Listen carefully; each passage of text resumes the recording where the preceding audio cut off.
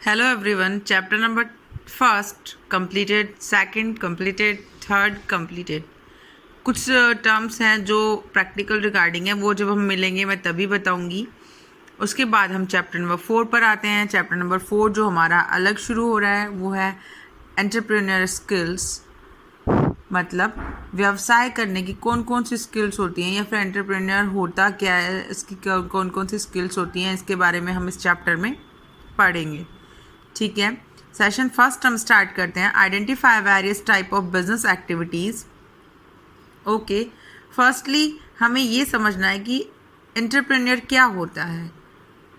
Entrepreneur क्या होता है? A person who makes money by starting or running business, especially when this involves taking financially risk. एक ऐसा इंसान जो कि कोई नया बिजनेस शुरू करता है और कोई ऐसा बिजनेस जिसमें उसे फाइनेंस टाइप का कोई भी रिस्क अफोर्ड करना पड़े, दैट इज कॉल्ड एंटरप्रेन्योर. या फिर an entrepreneur is an individual who creates a new business bearing most of the risk and enjoy rewards. या फिर एक ऐसा इंसान जो अलग से कोई एक नया बिजनेस शुरू करता है, सारी रिस्क अफोर्ड करता है और उसकी रिस्क के बदले जो भी उसे बेनिफिट मिलता है उसे एंजॉय करता है. या फिर हम ये भी कह सकते हैं an entrepreneur is a business person who is self employed and set up a business taking on calculated financial risk in hope of learning profit. या फिर एंटरप्रेन्योर एक ऐसा पर्सन, बिजनेस पर्सन जो सेल्फ एम्प्लॉयड का मतलब जिसका खुद का बिजनेस है, जो कि फाइनेंशियली रिस्क को बेयर करता है इस उम्मीद में कि उसे कुछ ना कुछ प्रॉफिट जरूर मिलेगा. ठीक है. दैट मीन्स हम सिंपल शब्दों में ये कह सकते हैं कि जितने भी लोग जो कि नया बिजनेस शुरू करते हैं उसमें अपना मनी इन्वेस्ट करते हैं सिर्फ इस उम्मीद से कि हमें उस मनी के रिगार्डिंग फाइनेंशियली बहुत अच्छा प्रॉफिट गेन होगा, वो पर्सन क्या कहलाता है? एंटरप्रेन्योर कहलाता है. ठीक है. एंटरप्रेन्योर तब तक नहीं बन सकता जब तक कि वो कुछ न्यू आइडियाज़ जनरेट ना करे, कोई नया बिजनेस जनरेट ना करे, बिजनेस में कोई नई मैथडोलॉजी अप्लाई ना करे. ठीक है. मतलब एंटरप्रेन्योर का मतलब सेल्फ एम्प्लॉयड होना चाहिए, मतलब उसका सेल्फ का बिजनेस होना चाहिए और वो न्यू आइडियाज़ के साथ साथ रिस्क को बियर करे. ठीक है. आ गई बात समझ में? अब आप लोगों में से बहुत से बच्चों के फादर ऐसे हैं जो कि जिनका सेल्फ का बिजनेस है, वो आप लोग भी देखते होंगे, वो लोग बहुत कुछ न्यू आइडियाज़ उसमें मतलब इन्वेंट करते रहते हैं ताकि वो अपनी सेल को इंक्रीज़ कर सकें और उस इन नए न्यू आइडियाज़ इन्वेंशन करने के साथ साथ उन्हें फाइनेंशियली भी रिस्क बेयर करना होता है. तो वो एक सक्सेसफुल एंटरप्रेन्योर है. ठीक है. अब हम बात करते हैं, जब हमने एंटरप्रेन्योर पढ़ लिया तो हम सिंपल शब्दों में कह सकते हैं एंटरप्रेन्योर मतलब एक व्यवसायी उद्यमी है ना, जो व्यवसाय करता है. तो एंटरप्रेन्योरशिप क्या होती है? एंटरप्रेन्योरशिप का मतलब न्यू अपॉर्चुनिटी को, न्यू रिसोर्सेज को अपने व्यवसाय में, अपने बिजनेस में लॉन्च करना और उस लॉन्चिंग के अपॉर्चुनिटी को, मतलब जब भी कोई अपॉर्चुनिटी ऐसी मिले जिसमें आप अपने व्यवसाय को बढ़ा सकते हो, ऐसी अपॉर्चुनिटी को ना खोना और रिसोर्सेज को ज़्यादा से ज़्यादा यूज़ करना, that is called entrepreneurship. Entrepreneurship का मतलब भाई, जैसे सोचो कि एक एग्जाम्पल से समझाती हूँ मैं आप लोगों को. जैसे कि आप सोचो कि किसी के फादर हैं जिनके यहाँ पर सपोज टू बी कि उनके यहाँ कोई मतलब अगल बगल में कोई दूसरी शॉप खुली हुई थी. अब वो जो दूसरी शॉप खुली हुई थी उनके यहाँ कुछ प्रॉब्लम हो गई, दैट्स वाई उन्हें वो शॉप बंद करनी पड़ी. ठीक है. तो अब वो बेनिफिट आपको मिल सकता है. कैसे मिल सकता है? कि या तो आप अपनी दूसरी ब्रांच खोल लें वहाँ पर, क्योंकि जो वहाँ के कस्टमर्स हैं, जिन लोगों को उस शॉप का पता है, वो तो वहाँ आएंगे ही आएंगे, तो उससे आपका बिजनेस भी एनहांस हो सकता है. या फिर हम उसी से रिलेटेड जो मटेरियल है वो अपनी शॉप पर रखने लग जाएं। इससे क्या होगा, हमें अपने रिसोर्सेज बढ़ाने पड़ेंगे, है ना, अपनी अपॉर्चुनिटी को डिस्कवर करना होगा और कुछ न्यू इन्वेंशन लॉन्च करने होंगे, तो हम एक कंप्लीट सक्सेसफुल एंटरप्रेन्योर बन सकते हैं। तो इन सिंपल शब्दों में मैं ये बता सकती हूँ कि एंटरप्रेन्योरशिप का मतलब एक ऐसी प्रोसेस जिसमें हम लोग ऐसे जो भी कुछ ऐसे न्यू कोई ऐसी चीज़ें आए जिसमें हम ये कर सके, मतलब नए नए आइडियाज़ को सोचना, है ना, कोई अवसर हमें ऐसा मिले तो उसे ना खोना, अपने बिजनेस में उसको लॉन्च कर देना, ये कहलाता है एंटरप्रेन्योरशिप। ठीक है, अब हम बात करते हैं कि कोई नया बिजनेस अगर हम स्टार्ट कर रहे हैं तो उस नए बिजनेस को स्टार्ट करने के लिए कौन कौन से स्टेप्स हैं। ऐसे ही कोई इंसान बिजनेस थोड़े स्टार्ट कर देता है, उसको कुछ स्टेप्स होते हैं जो कि फॉलो करने होते हैं। तो वो स्टेप्स कौन से हैं? सबसे पहला आइडिया। भाई आइडिया होना चाहिए कि आप कौन सा बिजनेस खोलना चाह रहे हैं और वो बिजनेस के साथ आप कौन कौन सी नई नई क्रिएटिविटी कर सकते हैं जिससे कि आपको बहुत ज़्यादा बेनिफिट मिले।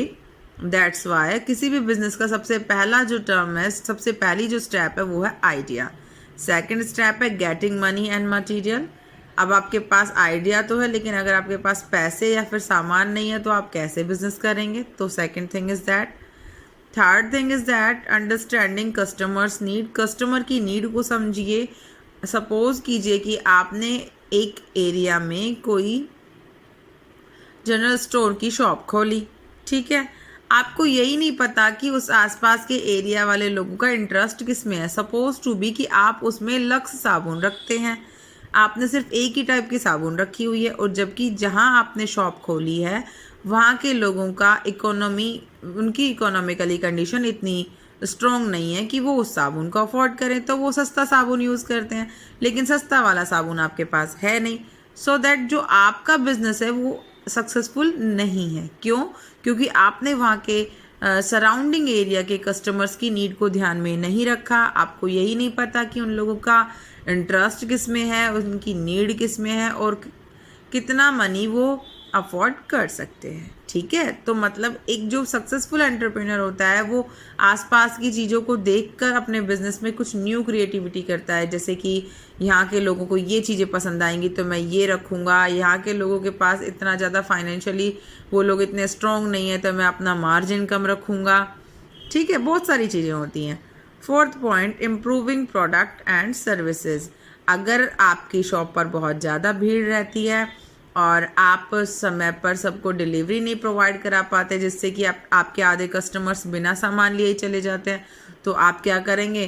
कोई एक हेल्पर रखेंगे, ठीक है, या फिर प्रोडक्ट से रिलेटेड आपके किसी प्रोडक्ट में कोई शिकायत आती है तो आप क्या करेंगे? उन्हें अश्योर कराएंगे कि नेक्स्ट टाइम से ये शिकायत नहीं आएगी और जहाँ से आप लोग माल उठा रहे हैं वहाँ से आप उनको मतलब उसके रिगार्डिंग उसकी प्रॉब्लम सॉल्विंग कराएंगे। ठीक है, तो ये कुछ की पॉइंट्स हैं, कुछ स्टेप्स हैं जो कि न्यू बिजनेस को स्टार्ट करने में हमारी हेल्प करते हैं। नेक्स्ट हम पॉइंट देखकर चलते हैं, various type of business activities. Business की बेसिकली 3 एक्टिविटीज़ यहाँ पर मेंशन की हैं, मतलब कितने तरह के बिजनेस होते हैं। सबसे पहला manufacturing business, service business, then hybrid business. First समझ लेते हैं, as the name implies manufacturing business, that means ऐसा बिजनेस जिसमें टेंजिबल गुड्स को बनाया जाता है। टेंजिबल मीन्स जिनको अपन छू सकते हैं, समझ रहे, मतलब जो दृश्यात्मक है। दृश्यात्मक मीन्स जिसे अपन देख भी रहे हैं, महसूस भी कर रहे हैं, छू भी रहे हैं, है ना, ऐसे टेंजिबल गुड्स, तो जिनको अपन सेल भी कर सकते हैं, खरीद भी सकते हैं। These are called manufacturing business. Like आप लोग ये समझिए कि आपकी एक फैक्ट्री है जिस फैक्ट्री में आप कार बनाते हैं, कार के पार्ट्स बनाते हैं, तो वो जो आपका बिजनेस है वो मैन्युफैक्चरिंग बिजनेस है। ठीक है, कार के पार्ट्स को आप सेल करते हैं, जो आपके बायर्स हैं वो पार्ट्स को बाय करते हैं, उसके बाद वो कार को मैन्युफैक्चर करके हम तक पहुंचाते हैं। राइट, समझ में आ गया। मैन्युफैक्चरिंग बिजनेस मतलब कोई भी मटेरियल बनाकर मार्केट में बेचना।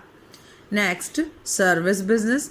सर्विस जो बिजनेस है वो इंटेंजिबल है। इंटेंजिबल मीन्स आपको उसकी अनुभूति तो होती है लेकिन वो दिखता नहीं है, मतलब आप उसे छू नहीं सकते।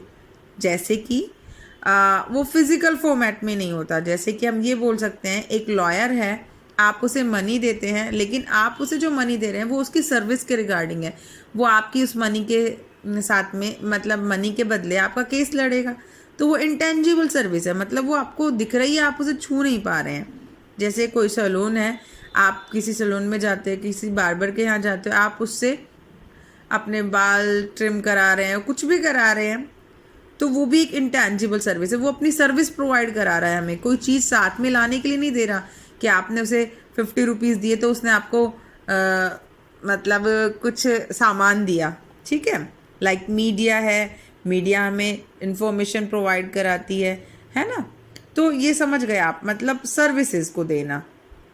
ओके, जैसे अपन सिंपल एग्जांपल लें तो टीचर्स हैं, आप स्कूल में फ़ी पे करते हैं, फ़ी पे करने के साथ साथ में आपको नॉलेज मिलती है, इन्फॉर्मेशंस मिलती है ना, विद्या मिलती है। ये सब क्या है, इंटेंजिबल गुड्स हैं। ओके, तो हम सब किस में आते हैं, सर्विस बिजनेस में। नेक्स्ट अपन बात करते हैं हाइब्रिड बिजनेस, जो कि इन दोनों का मिला जुला फॉर्म है। हम बोल सकते हैं इन दोनों का कॉम्बो है ये हाइब्रिड बिजनेस, जिसमें हम सेल भी करते हैं और प्रोडक्ट की उसके साथ साथ में सर्विस भी करते हैं। अब इसका एग्जाम्पल अगर अपन लें तो इसका एग्जाम्पल क्या होगा, इसका एग्जाम्पल हम एक होटल का ले सकते हैं, जिसमें आपको गुड्स भी मिलती हैं और गुड्स के साथ साथ में उसके साथ में सर्विस भी प्रोवाइड कराई जाती है।